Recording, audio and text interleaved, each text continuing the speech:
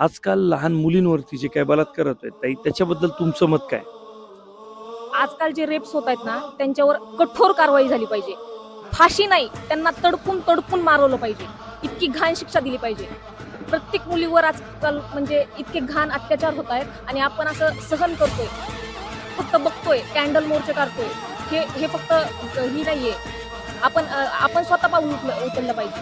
आणि मेन म्हणजे हे सरकार, की जे घाणेरडं सरकार आहे, त्यांनी आपण स्वतः निवडून दिलेलं सरकार आहे ते. आपण आपलं मत कुणाला द्यायचं हे ठरवायचं. आणि छत्रपती शासनामध्ये जे पाटलाचा कौरून केला होता ना छत्रपती शिवाजी महाराजांनी, तसं केलं पाहिजे.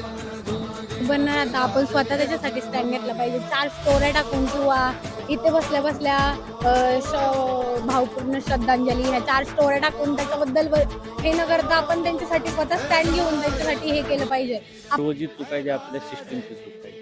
जी सिस्टीम आहे ना पहिल्यापासून चालत आलेली, बलात्कार झाला त्यांच्यावर FIR दाखल करा, त्यांच्यावर कोर्टात न्या, ही सिस्टीमच चुकीची आहे. जसं शिवाजी महाराजांच्या काळात होतं, काय हात तोडा पाय तोडा. तरी फ्रिक्वेन्सी खूप वाढली आहे. काही दिवसांपूर्वी 13 वर्षाच्या मुलीवरती अत्याचार झालेला आणि आता मालेगावमध्ये डोंगराळे गावामध्ये जी घटना घडली ती खरंच खूप वाईट होती.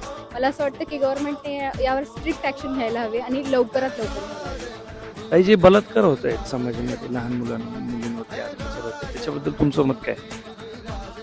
काही नाही, त्या आरोपीला फाशीची शिक्षा तर झालीच पाहिजे आणि हे असे मोर्चे वगैरे काढून काहीच उपयोग होत नाही. शिक्षा देणं तर महत्त्वाचं आहे. मग त्याच्यामुळे पुढे जे असे परत प्रकार जास्ती घडणार नाही. तुम्हाला काय वाटतं की काय शिक्षा व्हायला पाहिजे? मी तर काय म्हणतोय, त्याला उचला आणि त्या पोरीच्या आई वडिलांच्या हवाली करा. ते बघतील, कारण की त्यांचा पोटचा गळा गेलाय शेवटी. त्यांना काय वाटतं हे त्यांना माहिती आहे. माझं तर नाही का सरकारला हे मत आहे की आता कोर्ट ही केस चालली आहे, जाईल आता फास्ट ट्रॅकमध्ये वगैरे जाईल. उपयोग नाही आहे त्याचा. तुम्ही सरळ उचला आणि त्या मुलीच्या आई वडिलांच्या हवाली करा. त्या जो आरोपी आहे ते बघतील, तो निर्णय घेतील. कारण की त्यांच्या घरातली त्यांचा जीव गेलाय शेवटी. आज त्या पोरीने काय जग पाहिले? 3.5-4 वर्ष म्हणजे काहीच नाहीये ना, काहीच नाहीये. हे 5 दिवस चालणार आणि नंतर बंद होणार. याच्या आधी पण त्याचं काय झालं पुढं? काय नाही चालणार. मला माहिती आहे, हे त्या आरोपीला अजून 1-2 वर्ष 4 वर्ष 5 वर्ष पोचणार आणि पुढं काय ते होणार, ते असंच चालत राहणार आहे.